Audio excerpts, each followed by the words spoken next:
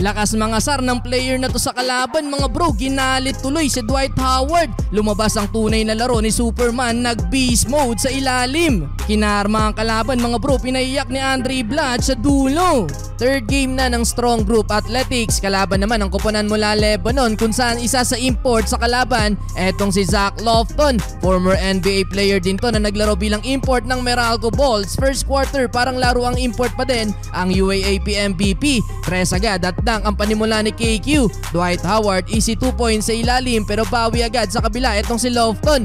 And one layup kontra kay Justin Sanchez. Well hustle naman ang atid ng former OKC Thunder Andre Robertson. Halfway mark ng quarter may nakapisikalan si Dwight sa ilalim. Etong number 32 sa kalaban na si Dwayne Jackson, na hard foul sa play na to si Dwight. Nakipag-asaran pa sa mga Pinoy na sumisigaw mga bro sa crowd. Tuloy ang pisikalan nilang dalawa sa ilalim pero parang papel lang ang player na to kumpara kay Howard. Sa play nga na to mga bro, siniko na ni Dwight ang kalaban. Well lamang pa tayo sa mga oras na yan, tumotal ng 8 points si Dwight Howard. Gusto na namang manina ng rim mga bro, kaso nag-take over sa dulo si Zach Lofton at naghalimaw, literal na binuhat ang team ng Lebanon. 13 points sa first quarter. Dahil sa kanya nakakuha din ng kalaban ng lead mga bro, 24-17. Second quarter mainit sa mata ng mga Pinoy. Etong number 32 na nakapisikalan ni Dwight, pinagbubo ng crowd mga bro. Butatapa ang inabot kay Superman. Kantsaw ang inabot niya sa mga Pinoy pero nakabawi ang import. Naisahan sa depensa si KQ. Naghahabol pa din ng Strong Group sa mga oras na yan. Nangaasar na ng fans etong si Jackson. Andre Blatche 3-pointer in transition naman.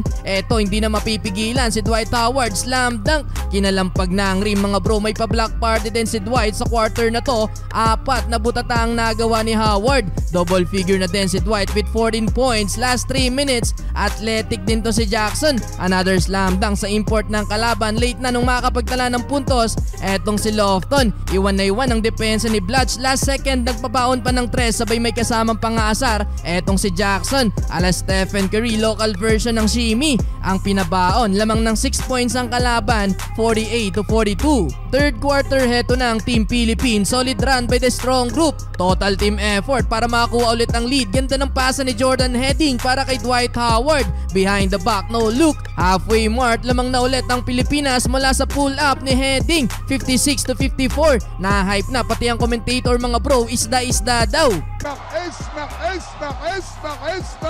Wala na ding makapigil sa ilalim kay Dwight at pinagdadakdakan na ang kalaban mga bro. Lumabas na ang tunay na laro ni Superman. Ala Steph Curry na din si KQ. Pasok ang corner 3 points. Ganda pa ng pagkaka-assist sa ilalim kay Dwight. 20 puntos na si Superman mga bro. Well natapos ang third quarter, lamang tayo ng 2 points, 69-67. Nagpabaon pa ng slam dunk si Baltazar.